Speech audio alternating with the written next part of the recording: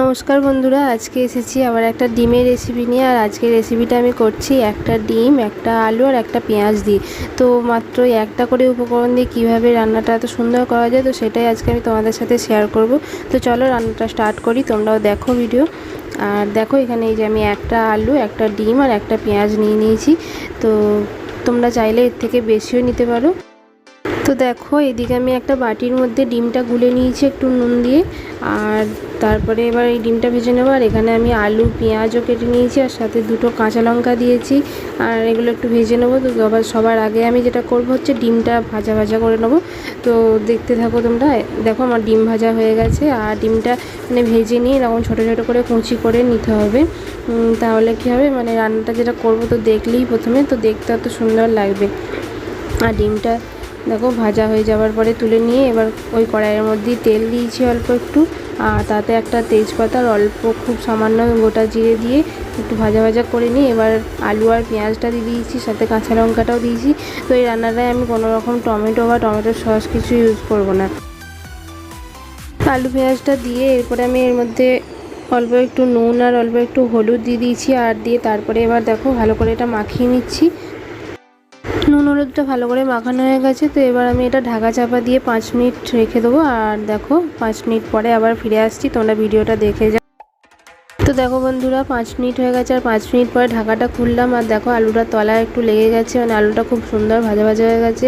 আর তোমাদের এবার আলুটা আমি একটু কেটে দেখিয়ে দেবো। দেখো আলুটা খুব সুন্দর সিদ্ধ হয়ে গেছে। আর এর মধ্যে আমি এবার একটা মশলা অ্যাড করব।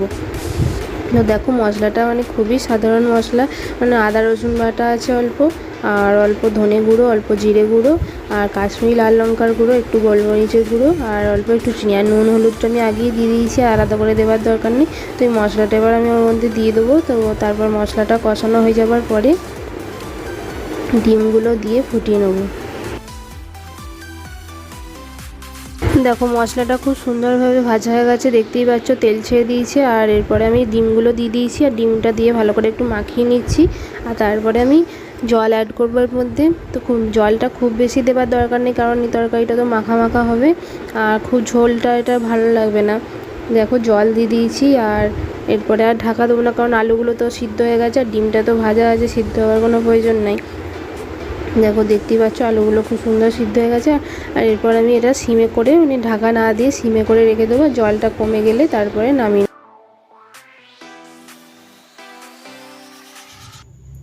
তো দেখো বন্ধুরা, ডিম আলুর তরকারি বলো বা ডিম আলুর চচ্চড়ি যাই বলি, একদম রেডি হয়ে গেছে। আর দেখতে কিন্তু পারফেক্ট হয়েছে। তো তোমাদের দেখে কার কার জিভে জল আসছে অবশ্যই কমেন্ট করে জানিও। আর বাড়িতে অবশ্যই ট্রাই করো, তো খেতে খুবই সুন্দর হয়। আর কেমন হয়েছে খেতে জানাতে ভুলো না। আর চলো আজকে রান্নাটা এই পর্যন্তই, আবার দেখা হবে নেক্সট ভিডিওয়, নেক্সট কোনো রেসিপি নিয়ে আসবো। তো ততক্ষণ সবাই ভালো থেকো, সুস্থ থেকো, সাবধানে থেকো।